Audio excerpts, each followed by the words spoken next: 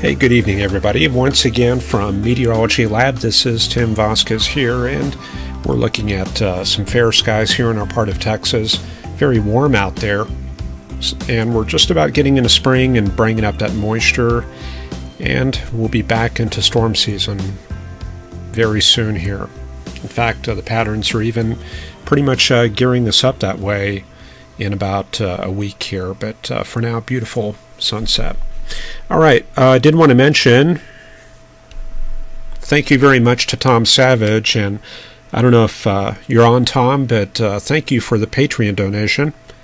I don't have the card up here for how to do that, how to do the Patreon donations, but that helps keep the webcast running and kind of pays for the more expensive internet plans here. And I'm really kind of gearing up here to get 100 megabit internet so that we can start doing HD streams. So hoping to do that pretty soon here. So thank you, Tom, for sending that, for making that pledge on Patreon. Yes, I remembered the live cam, so yeah, this is where we do it. And I think we're going to be doing some severe weather specials here probably in about a week or two, and that's definitely going to be fun. Let's head to the charts here and see what's going on. We've got a nor'easter kind of off the coast right now, but temperatures are just cold enough to produce some frozen precip in the New Jersey area, New York City, Philadelphia, down to almost Baltimore there. So this entire area here is snow. And we can check that out on the radar. This is the Fort Dix radar. And showing those snow bands. Got that textured, soft look, and they're kind of striated towards the southwest with that low being offshore there. But that's going to be coming to a close. I don't think there's been, the people I talked with haven't seen any power outages up in that area. So hopefully things are holding on here for a while. I have heard there are some trees down in that region. Okay, that brings us to the synoptic pattern. Let's bring that up here. There's that storm system heading off the east coast there, and fortunately that's a pretty good distance from the coast. Moving west, we can see ridging into the Mississippi River Valley. That area right there, that's a ridge extending southward. So pretty much everywhere east of there, that's all going to be cold air advection. And then on the other side, we're already starting up the warm air advection in the plains. And then offshore, we've got a couple of Pacific systems out in this area here. So this is the warm air advection area. Let's see if we can visualize that. I'll try a few products here, like the potential temperature, which is basically temperature with the effects of elevation removed. And you can see the very intense heating in the plateau regions of the southwest.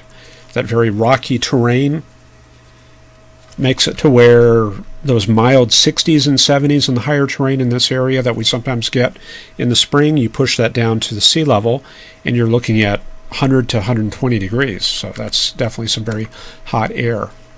However, the moisture feed will be coming back up with that warm air advection.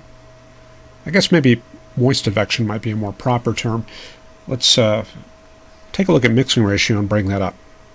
So that's kind of like dew point. It's kind of sensitive to the higher values, and you can see just lurking offshore, higher theta E, and in general 10, that's going to be getting into your 50s there, 50s dew points. So they're a little ways south there, but if you go, I guess we're going to get probably a better tap over the next 3 days or so, and that should bring up some of the higher values off the bottom of the screen there. Okay, then to the chart sequence. This would probably be a good time to bring up the satellite and make sure everything is working with the stream, since it's just me here. I don't have a stream engineer or anything like that, so I've got to kind of work all the dials and levers and everything. Let me see what we got going on in chat there. Erica Baker there, Coffeyville, Kansas, upper 50s. Ron Chalfant, Southern California, getting some heavy rain with that system coming on shore. We've got Fun with Tech here Adam Davis and Clarion, Pennsylvania, more 30s and 3 inches of snow today. CDMA 531 in Houston there joining us, and Brett Dean 32 and moderate snow in Jersey. Calm and cool and breezy in Houston, CDMA. Storm Spotter Apex looking for ridging in the east, multiple rain events across Texas, certainly, and Chris Tyne, Wild Gaming, tornadoes one day and snow the next. Yeah, that's spring there. In fact, in the Oklahoma Panhandle, right around here, they've had snow events as late as early May there. We're talking 10 inches of snow, not like a dusting, enough to really shut things down. And that was in 1978 when that happened there. Flights backing up with heavy delays in the Northeast. Report from Ryan there in Florida. But down south, much cooler temperatures, 50s in South Florida.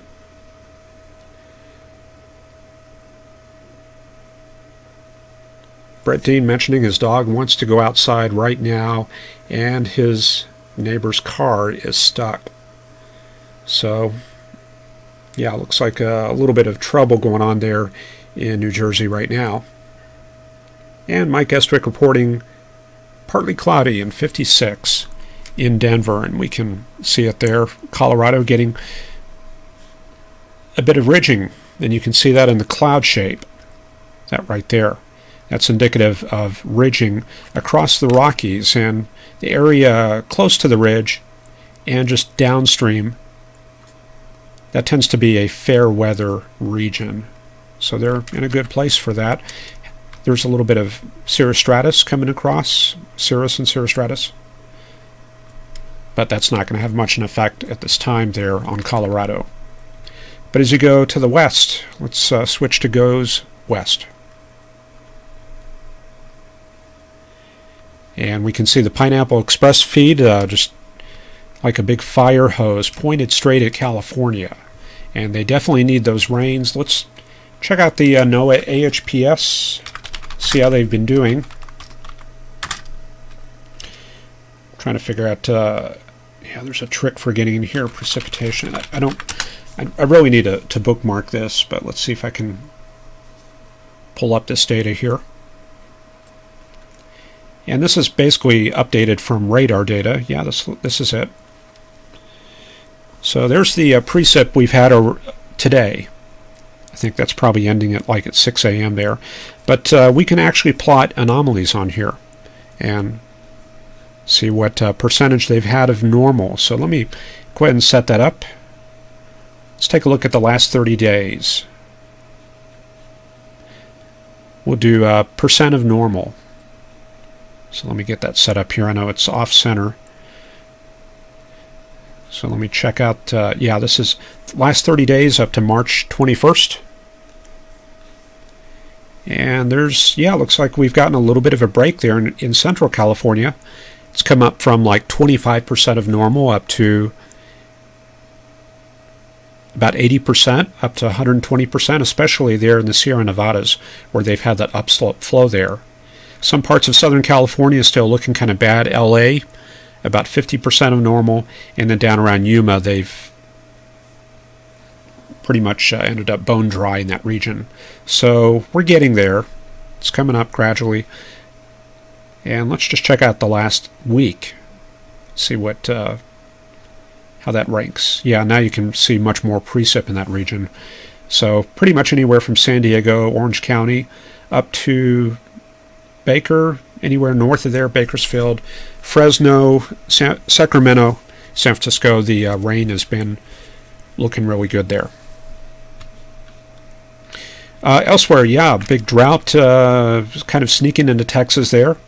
So this area here is not doing too well. Amarillo in a drought also.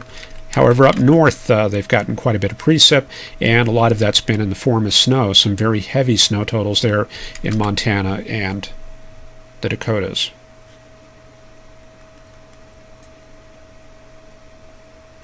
Check out the upper air analysis. We'll go up to the jet stream, 250 millibars. You can see a pretty good jet stream in place. Polar front jet there showing about 130 knots from Nebraska down to Arkansas and all the way down to Georgia. We'll draw that on there, and you can kind of get an idea of the ridges and troughs. Pretty much all of North America underneath the long wave ridge there, and then it's broken down into some smaller scale troughs. One off the west coast right there, another trough very deep across the eastern U.S. around the Appalachians, and then another one pretty far offshore in the Atlantic that's off the top corner up that region there. So ridge is building into the plains at this time, but we're going to be staring down the barrel at this next trough this weekend. Take a quick look at the moisture on the 850 millibar chart. Don't have a whole lot right now because most of the area is under anticyclonic flow. You can see the, let me just outline this for you so you kind of see what's going on there. That's basically a high pressure area at 850 millibars. This is at 6 in the morning this morning. We haven't got the evening data in, but you can see ridging covering a lot of the plains earlier today. And we're not going to really pull in that moisture until we displace that anticyclone a little bit further to the east there. And then that should allow some of the moisture to start spreading northward, probably tomorrow night going into Friday. Moisture quantities down south, looks like no observations in the Gulf. Monterey there reporting about 48 Fahrenheit there at 850 millibars, so we're not going to get the moisture in for at least 24 hours, it looks like. We'll take a look at the thermal structure and bring up that chart from INSEP. You can see that ridging there in the Mississippi River region. Offshore, the cold front is pushed well off to the east there, so it's looking something like that right there, connecting back up into that first wave up in the Grand Banks region. That's where the Titanic sank, out in that area. So yeah, front is pretty far offshore, and most of the northeast U.S. is under the effect of this cloud shield on the backside. That's invariably called the deformation zone or the wraparound. So that's going to be clearing up later tonight as this low heads offshore. Ridge will be continuing to build in, and especially over the eastern U.S., and then we'll be getting the troughing, including the lee side troughing in Colorado as this next system approaches from the west. And we can see that lurking offshore there. Fronts are pretty far offshore, it still looks like, cold front at least. The warm front is in the California area. We can see some thickness lines right here, about 3 of them. So I might be inclined, well, we would normally put these up in the trough kind of like that, but I would kind of watch this area since there are thickness lines crossing the isobars very slightly, so I might look for maybe kind of a mesoscale front somewhere over Southern California, perhaps. So that could be another source of lift going on. Another front up to the north. It's kind of far out of the picture. I don't think we have any viewers in Vancouver or Calgary, but there is a system up there. Yeah, we did have one viewer up in Alberta. So, yeah, we're not totally devoid there of Western California or Western Canada viewers. Let's look at the system coming on shore with the NAM graphics. Let me take a look in chat, make sure everything's holding in there good with audio and video. Okay, looks good. Let's watch this affect the California area. Roll this forward. This brings us up to the current time right here. You can see the San Joaquin Valley under southeasterly flow this evening. A little bit of southwesterly flow in the deserts there. So it looks like this is all likely a tropical air mass. Moving that forward overnight. Continued southerly flow there. Looks like kind of a gradient shaping up on the California coast there. And then for tomorrow, you can see there around midday, around 19Z, it looks like there's a pretty strong front coming in from the west. That'll be crossing San Francisco there around midday, and then it'll be working down the coast towards evening. Looks like it arrives around Santa Barbara there Friday morning, and then sweeping through the LA area early Friday, probably about maybe 3 in the morning there. And then we get the heating, and you can kind of see the effects of the front there in the California deserts there, a little bit of a northerly component around Edwards, Baker, and Daggett. And then, let's see here, then it starts moving eastward,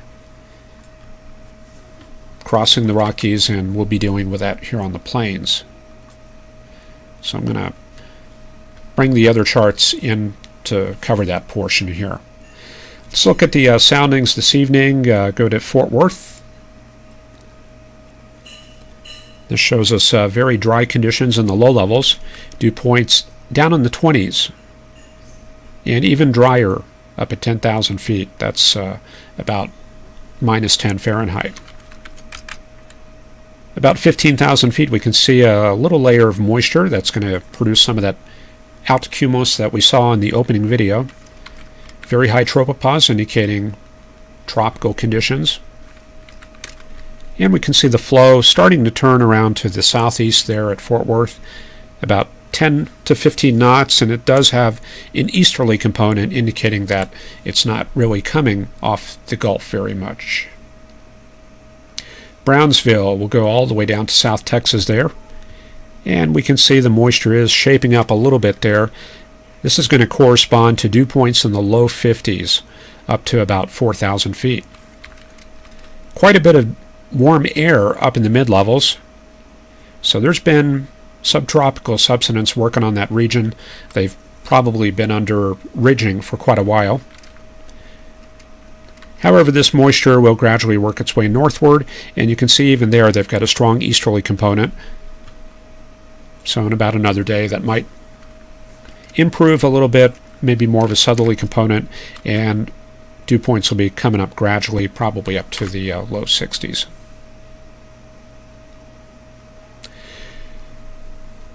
Okay, we've already went over the satellite a little bit, but you can see the very dry conditions there in South Texas. That's what we saw in the sounding. So there has been some downward motion in the troposphere there. And yeah, we've already gone over all that, so we'll probably go ahead and start looking ahead to our potential severe weather situation over the weekend. But before we do that, I do have one frame here for the Northeast. Let's look at this here. You can see how things are clearing out.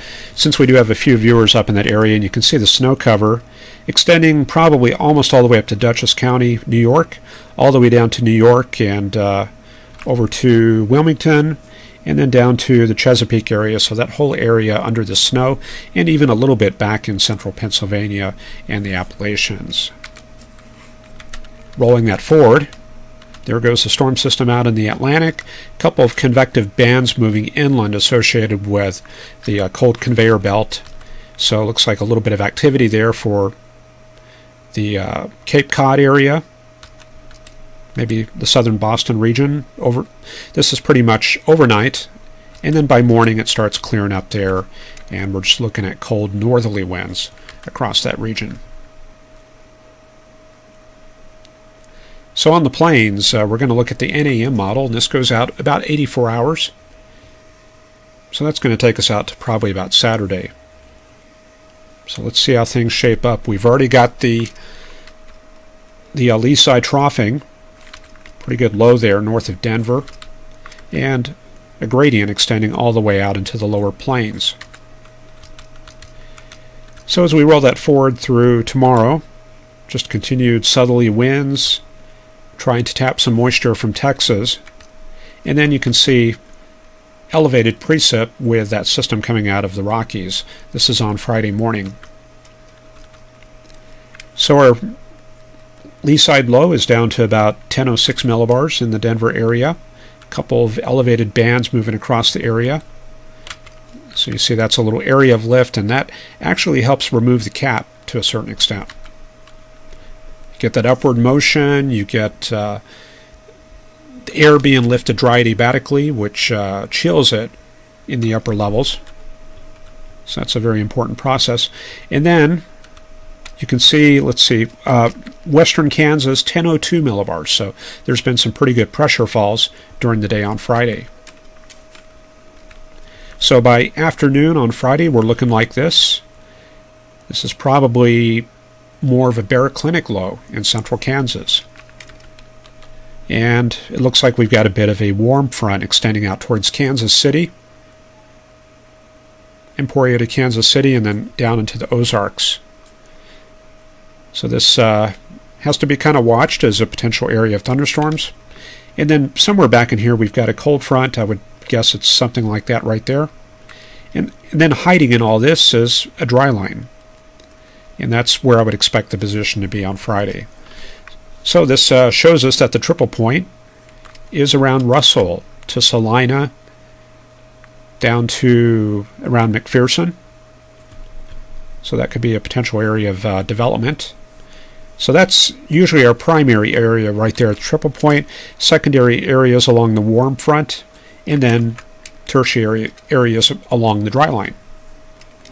If the warm front is associated with this higher terrain out here in the high plains, there can be good upslope flow in that sector, but since this is the low plains we're looking at here, the upslope component is going to be somewhat negligible there.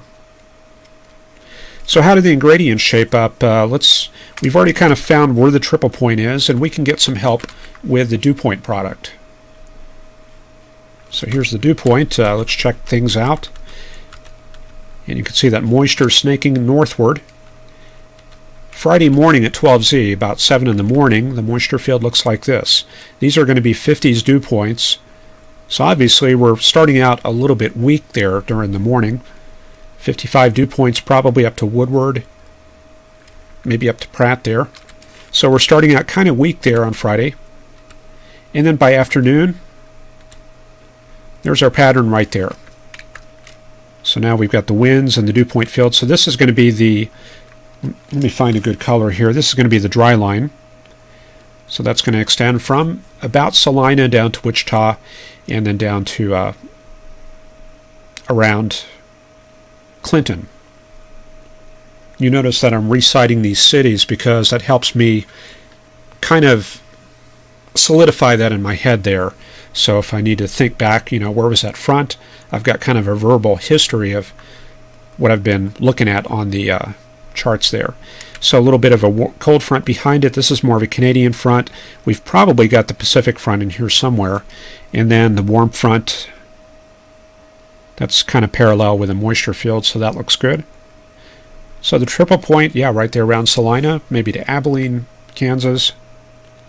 So what we want to do now is look at a forecast sounding. And a good place to do that is at the nose of the moisture, or close to the triple point, not directly right on it, since there's kind of like noise in here, but we're going to go with like right here and kind of sample it. That's a little bit north of the nose of the moisture, so the moisture might look a little bit weak here.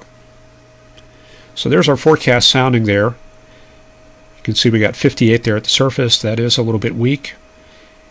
Tapering off to like mid-50s up at about 5,000 feet. There is some depth there, so it's got that going for it. Looks like there's been some cap erosion. So if we do a lifted, I'll sometimes go higher than what it shows here, because some areas, some counties will be a little bit warmer. They'll receive a little bit more sunshine. There's little inconsistencies here and there, or different ingredients going on. So yeah, we do get a little bit of a sliver there of Cape, enough to support some severe weather. You can see the shear on the photograph here showing a little bit of hook right there, and some good separation between the 0 and 1 kilometer vector. Looks like the bulk wind shear might be a little bit weak. You can see the winds up at 6 kilometers, only about 70 knots. I mean, that's not bad. We can certainly get tornadic storms with that. But that would be a tiny bit on the weak side there No, I'm going to probably call that moderate. That's really not too bad. I guess I'm so used to seeing like 90 to 100 knot winds with this activity during the spring. So looking at the graph down here, yeah, it looks like the bulk wind is probably the bigger contributor there. But a little bit of shear right there, that's what I would be watching. Let's go down a little bit further south, closer to the moisture nose, maybe northeast of Wichita.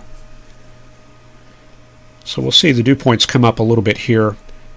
60 degrees, it's not great, but that's a little bit better. So let's do our parcel lift. Got a little bit of capping there.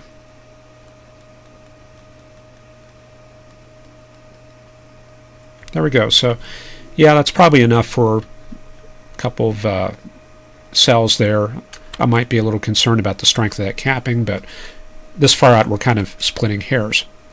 And you can see the shear there, definite hook structure. And that's going to support helicity there for thunderstorm development.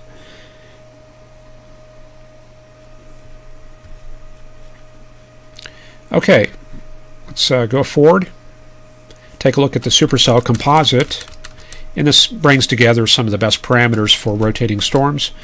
And you can see that on Friday, as the afternoon goes on, we get up to evening, there's kind of like a really small nose around the Wichita area. So it looks like we probably have to go south along the dry line to find convection. There's just not enough moisture in place up around Interstate 70 near the triple point. And let's see if the model breaks out convection.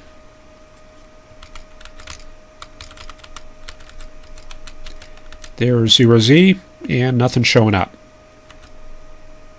A little bit of elevated stuff after dark, but NAM is not really going for anything there in Kansas. That's not to say that we can't get development, but it's going to be definitely an uphill climb there. All right, let's go forward into Saturday. You can see this wave works eastward into Missouri. This is about 3 in the morning and works well to the east, crossing the Mississippi River during the morning. So we're looking at the tail end here for any thunderstorms. Right down in there. So for Saturday, main ingredients are going to be down there in Texas. A little bit of southerly flow starting to develop, and once again out east or out west. And we'll turn to the GFS for the rest of the picture there.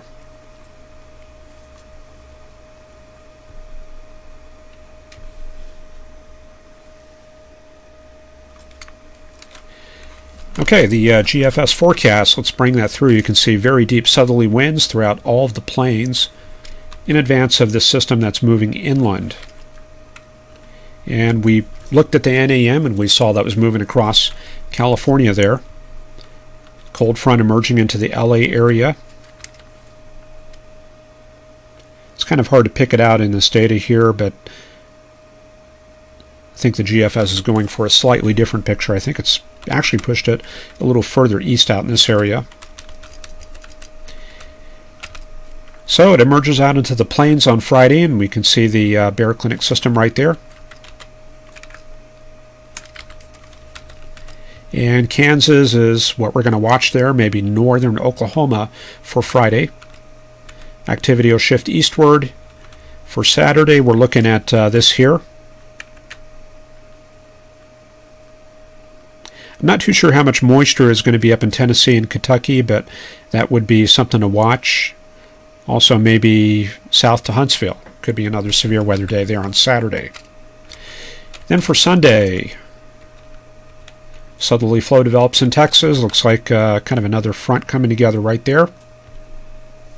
So possibly the Red River. Maybe some action there. Maybe a little bit of upslope flow right in this region. And then going forward into Monday, more southerly flow. It looks like some very good troughing coming in from the west. So that's going to have a pretty good effect on the upper levels. Really cool things down and erode the cap. So as a result, we're seeing a little bit more development in Texas and Oklahoma as that approaches. And the danger is, if that gets really close, that's going to totally erode the cap, and you're going to end up with an MCS. And that can have different effects that can either give you derechos, bow echoes, or you could just end up with a weak squall line, very linear, squeegee squall line. So a couple different modes that can take there. Looks like the model is going for an MCS from Oklahoma City down to Abilene. So we're talking on Monday into Monday night.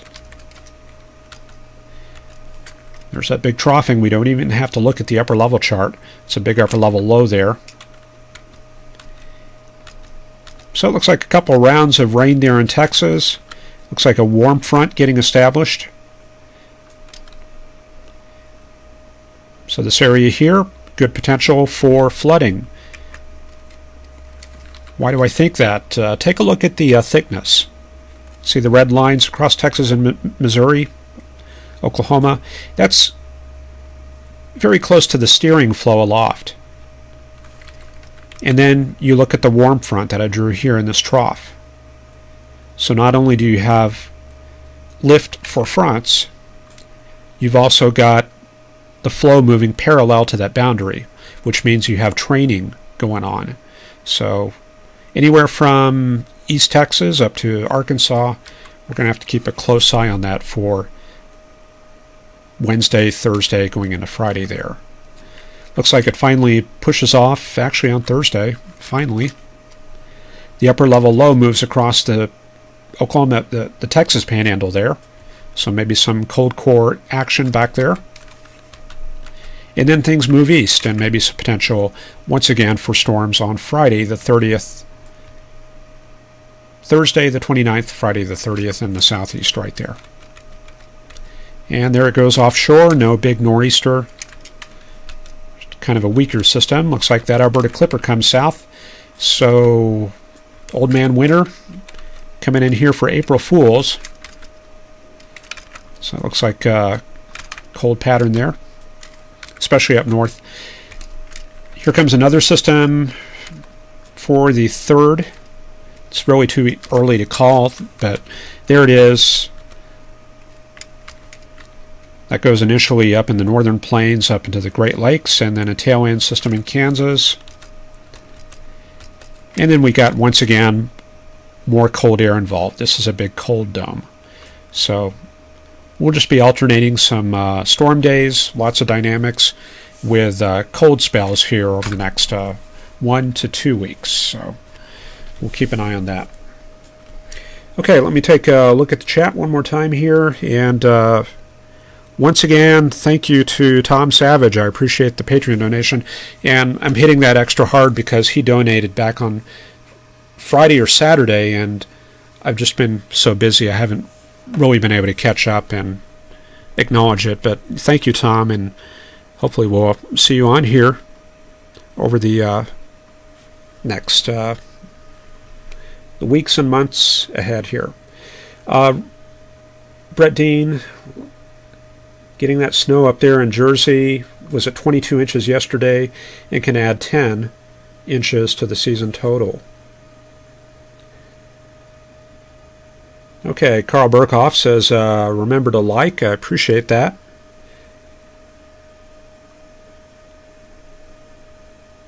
And I think that'll do it for our presentation tonight. So thank you for joining, and hopefully we'll see you all tomorrow.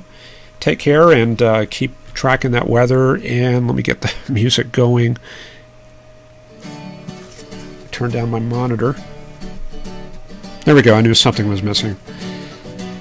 All right. Very good. Thank you. Appreciate you all joining, and we'll get geared up for this weather coming up and talk to you tomorrow. Have a good evening.